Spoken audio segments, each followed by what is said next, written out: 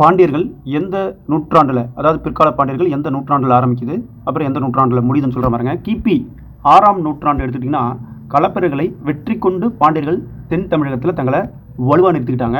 அதே போல் பாருங்கள், கிபி இந்த 16ஆம் நூற்றாண்டு வரை இவங்க பிற்கால பாண்டியருடைய ஆட்சி தொடர்ந்துருக்குன்னு சொல்கிறோம். கிபி 6வது நூற்றாண்டுலேருந்து கிபி 16ஆம் நூற்றாண்டு வரைக்கும் இந்த 10 நூற்றாண்டுகள் பார்த்துக்கோங்க.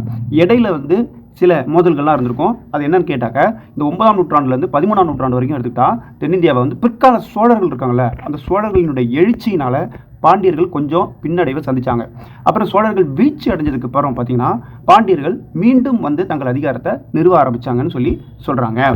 சரி, இங்கே மதுரை பற்றி சொல்கிற பாருங்க. மதுரையினுடைய சுற்றுப்புறத்துலையும் பார்த்தீங்கன்னா பாண்டியருடைய பழமையான தமிழ் கல்வெட்டுகள் நமக்கு கிடைச்சிருக்கு. பாண்டியர்கள் பிற்காலத்தில் மட்டுமே மதுரைக்கு இடம்பெயர்ந்தாங்கன்னு சொல்லப்படுது. பிற்காலத்தில் மதுரைக்கு இடம்பெயர்ந்தாங்கன்னு சொல்லப்படுது.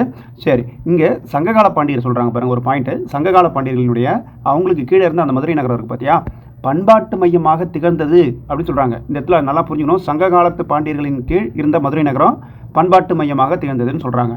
மாபெரும் பண்பாட்டு மையமாக திகழ்ந்திருக்கு. புலவர்கள் இருக்காங்க பாருங்களேன், இவங்க சங்கம் வைத்து தமிழை வளர்த்தாங்கன்னு தெரியும்.